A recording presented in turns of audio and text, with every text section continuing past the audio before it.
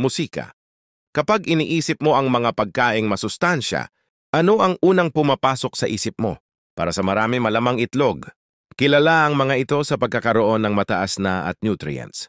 Pero alam mo ba na ang maling paraan ng pagkain nito ay maaaring makasama? Ako ay isang espesyalista sa internal medicine sa loob ng mahigit 60 taon.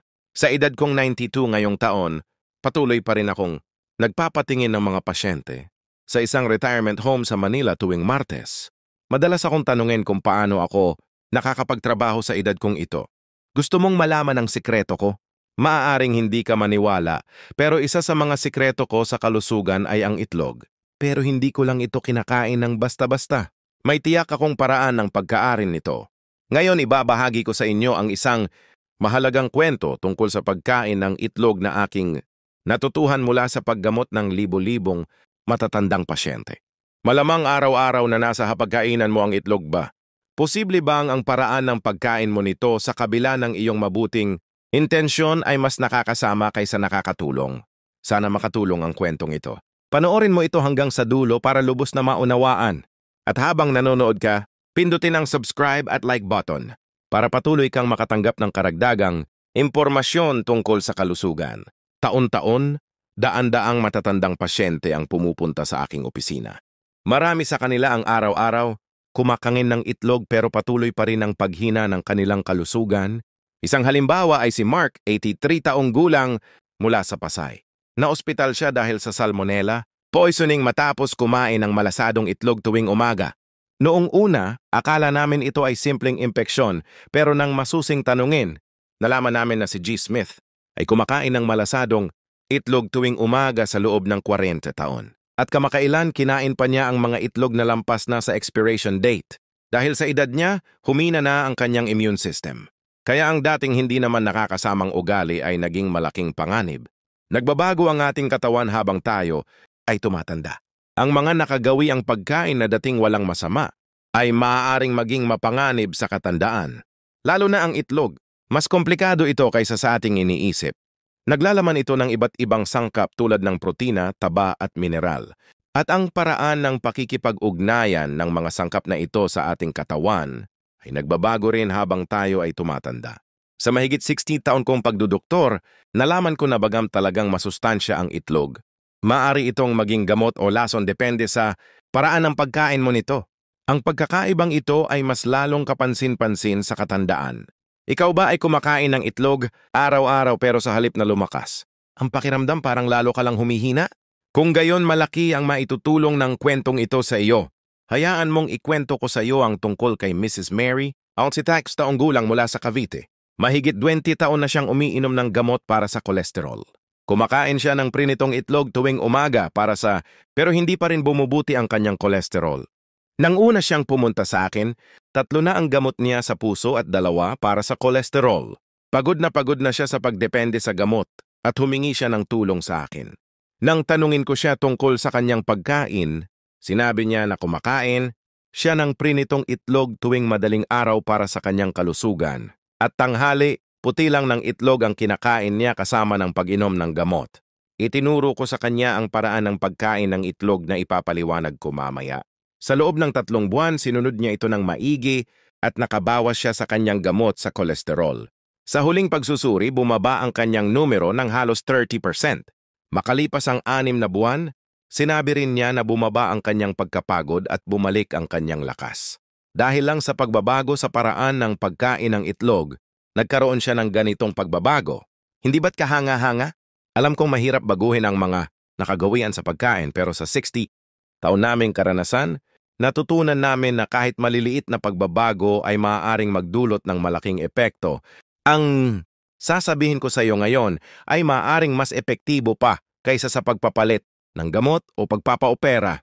Ang impormasyong ibabahagi ko ay mahalaga at magagamit mo para sa panghabang buhay mong kalusugan. Para lubos mong maunawaan ang halaga ng video na ito, panoorin mo ito hanggang sa dulo. At habang nanonood, pindutin ang subscribe at like button. Makakatulong ito para marami pang tao ang makinig sa mahalagang impormasyong ito. Ang desang mayong plikborays mayroong baubuyan malusog na 100 taong buhay sa iba. Paalala, kung hindi mo lubos na maunawaan ang impormasyong ito at hindi ito maisasagawa ng tama, maaari itong makasama sa iyong kalusugan. Tiyakin ang panoorin ng video hanggang sa dulo bago isagawa. Kung hanggang ngayon ay kumakain ka ng itlog para sa iyong kalusugan, ngayon na ang tamang panahon para kumain nito ng wasto. 5 paraan ng pagkain ng itlog na dapat mong iwasan. Una, pagkain ng puti ng itlog lamang nang walang laman ng tiyan. Maraming tao ang itinatapon ng pula at kumakain lamang ng puti ng itlog upang iwasan ang kolesterol.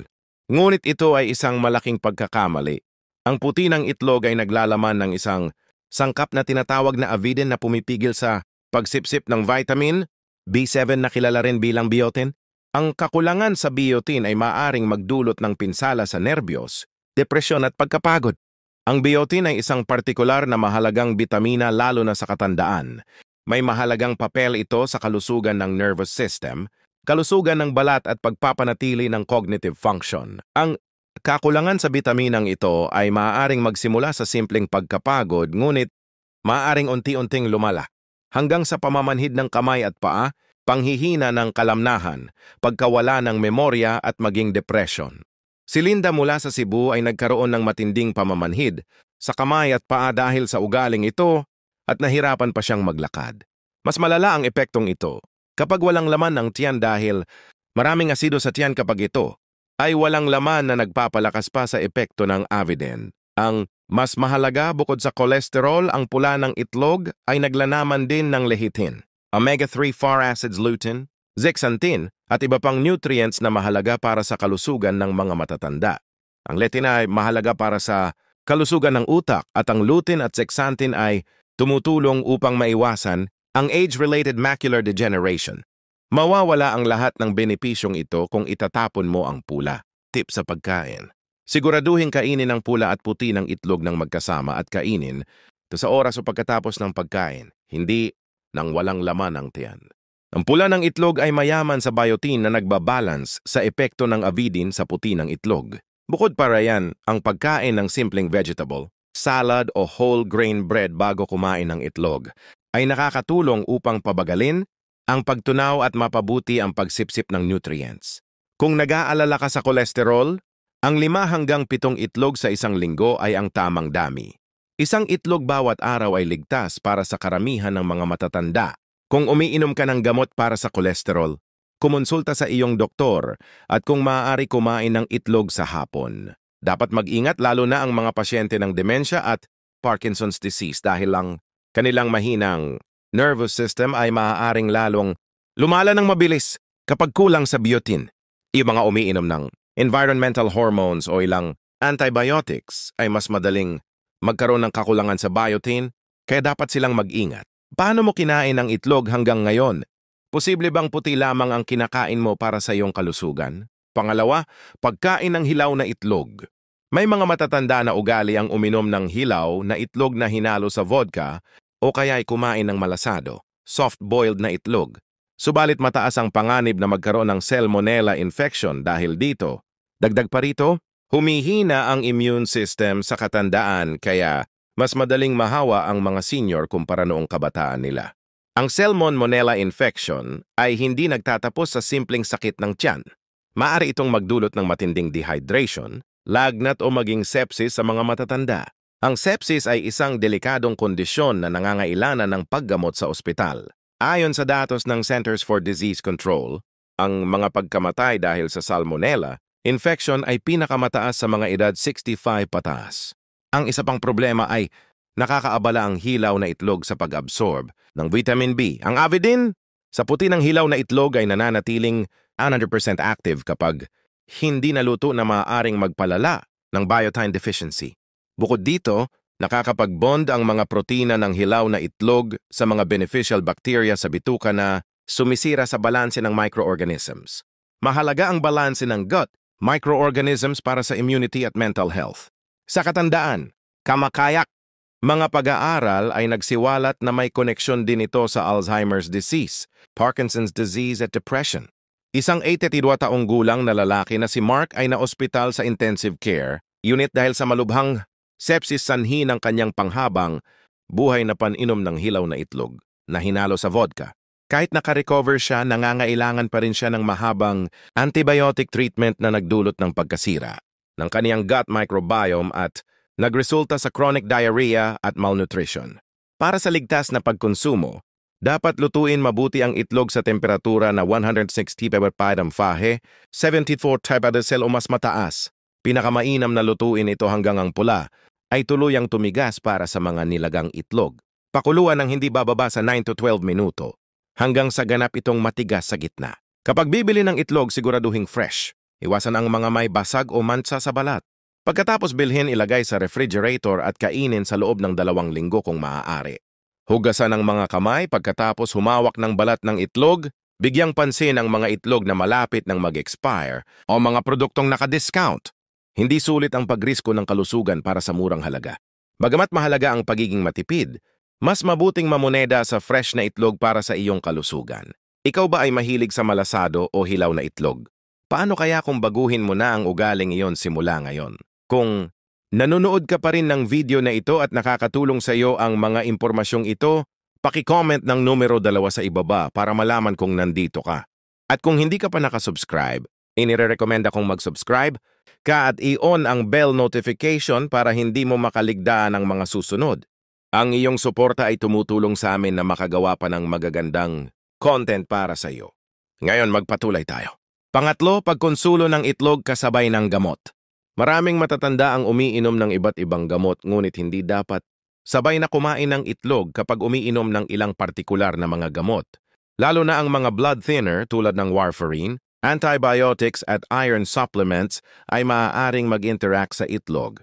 Ang mga blood thinner tulad ng warfarin ay pumipigil sa pamumuo ng dugo. Ngunit ang epekto nito ay maaaring magbago ng malaki depende sa dami ng vitamin K na kinakain. At ang pula ng itlog ay mayaman sa vitamin K. Kung biglang dagdagan o bawasan ng pagkonsumo ng itlog, maaaring magbago ang epekto ng gamot na nagpapataas ng panganib ng pagdurugo o pamumuo ng dugo. Ang mga antibiotics tulad ng tetracycline at quinolone ay maaaring dumikit sa calcium, magnesium at iron sa itlog na nagpapababa ng absorption nito. Maaari itong magpahina sa bisa ng gamot at magpabagal sa paggaling mula sa impeksyon. Kung iinumin ang iron supplements kasabay ng itlog, maaaring maantala ang absorption ng iron dahil ang protina sa puti ng itlog ay nagbubuklod sa iron na nagiging isang komplikadong hindi nasisipsip sa bituka. Ito ay lalong mahalaga para sa mga matatanda na may anemia. Si Ginoong Harold Smith, 80 taong gulang ay dinalihan sa emergency room dahil sa brain hemorrhage matapos uminom ng blood thinner kasabay ng itlog. Ang vitamin K sa itlog ay nagpahina sa epekto ng warfarin. Gayon din si Ginang Dorothy Jones. 50 taong gulang ay naghirap dahil hindi gumagaling ang kanyang anemia. Kahit umiinom ng iron supplements, kasabay ng itlog para sa ligtas na pagkonsumo. Mag-iwan ng hindi bababa sa 2 oras sa pagkain ng itlog at pag-inom ng gamot. Para sa mga kritikal na gamot, mas ligtas ang 4 na oras na pagitan. Kumonsulta sa iyong doktor o pharmacist tungkol sa posibleng interaction ng iyong mga gamot at itlog. Karagdagang pag-iingat. Ang mga gamot sa thyroid tulad ng levothyroxine ay dapat inumin ng walang laman ng tiyanak sa umaga. Kung kakain ng itlog sa umaga, kainin ito kahit 1 oras pagkatapos uminom ng gamot. Ang mga gamot sa high blood pressure at statins ay dapat inumin ng may 2 oras na pagitan sa pagkain ng itlog. Maaaring makasagabal ang itlog sa absorption ng calcium o zinc. Kaya kung umiinom ng mga supplements nito, inumin ito sa ibang oras. Anong mga pagkain ang magalas mong isabay sa iyong gamot?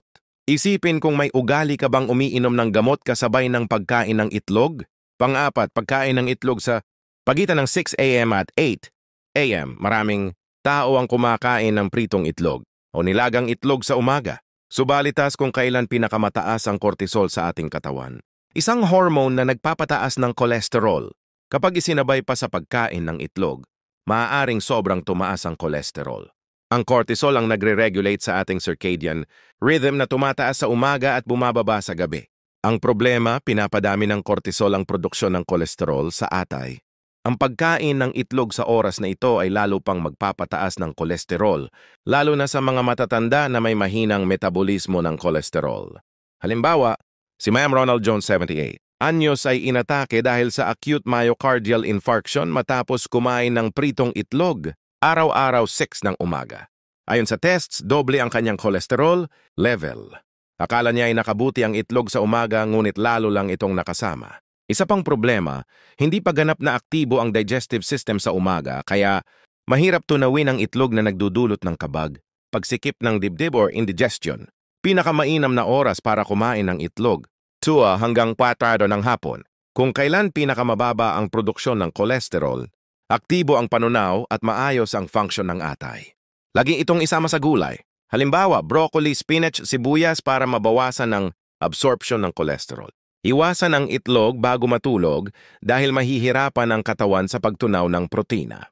Kung gusto ng protina sa umaga, pumili ng mas magaang options tulad ng tokwa o Greek yogurt. Ikaw, anong oras ka kumakain ng itlog? Kung sa umaga baka dapat mong baguhin ang schedule. Kung nanonood ka pa rin ng video na ito at nakakatulong sa iyo ang mga impormasyong ito, paki-comment ng numero 4 sa ibaba para malaman kung nandito ka. At kung hindi ka pa nakasubscribe, inire-recommenda kong mag-subscribe ka at i-on ang bell notification para hindi mo makaligtaan ang mga susunod na videos. Ang iyong suporta ay tumutulong sa amin na makagawa pa ng magaganang content para sa iyo. Ngayon, magpatuloy tayo. Panglima, pagluluto ng itlog sa mataas na temperatura ng mantika. Gusto ng marami ang pritong itlog, ngunit ang pagluto nito sa mainit na mantika ay nagpapahirap sa pagtunaw at nakakairita sa lining ng tiyan. Ang protina ng itlog ay sensitibo sa init. Kapag naluto ng lampas sa 100 degrees Celsius, nag-iiba ang estruktura nito at nahihirapan ng enzymes na durugin ito. Mas malala ang sobrang init ng mantika ay naglalabas ng mga nakakalasong chemical tulad ng aldehydes at acrylamide na nagpapalala ng pamamaga at oxidative stress. Nawawala rin ang choline, isang nutriente sa yolk na pampatalino at pumipigil sa paghina ng utak. Halimbawa, si Aling Jane Smith, 84 anyos, ay nagkaroon ng chronic gastritis dahil sa araw-araw na pritong itlog. Habang si Lolo George, 82 anyos, ay laging nagrereklamo ng heartburn, parehong gumaling ng lumipat sa nilagang itlog. Pinakamainam na paraan ng pagluto. 1. Pagpapakulo, ilagay ang itlog sa malamig na tubig, pakuluan ng 10 minuto. Huwag sobrang init para hindi tumigas. 2. Pagsasanga o poaching. Walang mantika at napapanatili ang nutrients. 3. Iwasan ng microwave. Hindi pantay ang init at pwedeng pumutok ang itlog. 4. Dagdagan ng herb spices, turmeric, paminta o parsley para sa mas madaling pagtunaw at anti-inflammatory benefits. Kung mahilig ka sa pritong itlog, subukan ang pagluto sa tubig o pasingaw para mas malusog. Konklusyon, ang itlog ay puno ng sustansya ngunit ang benepisyo nito ay nakadepende sa paraan ng pagkonsumo para sa rekat. 1. Kumain ng buong itlog. Yolk plus white kasama ng pagkain hindi mag-isa. 2. Iwasan ng hilaw o malasado. Laging lutuin ng maayos. 3. Maglaan ng 2 oras pagitan ng itlog at gamot. 4. Kumain ng itlog sa hapon hindi sa madaling araw. 5. Pakuluan o isanga imbes na iprito. Yung malilit na pagbabago ay may malaking epekto sa kalusugan. Magsimula sa isang adjustment, halimbawa pagluto sa tubig at dagdagan pa. Para sa iba pang health tips para sa mga matatanda, abangan ang susunod kong video. Kung nagustuhan mo ang video na ito at nakatulong ito sa iyo, mangyaring i-like, mag-subscribe at i-share. Ang inyong suporta ay tumutulong sa amin na patuloy na gumawa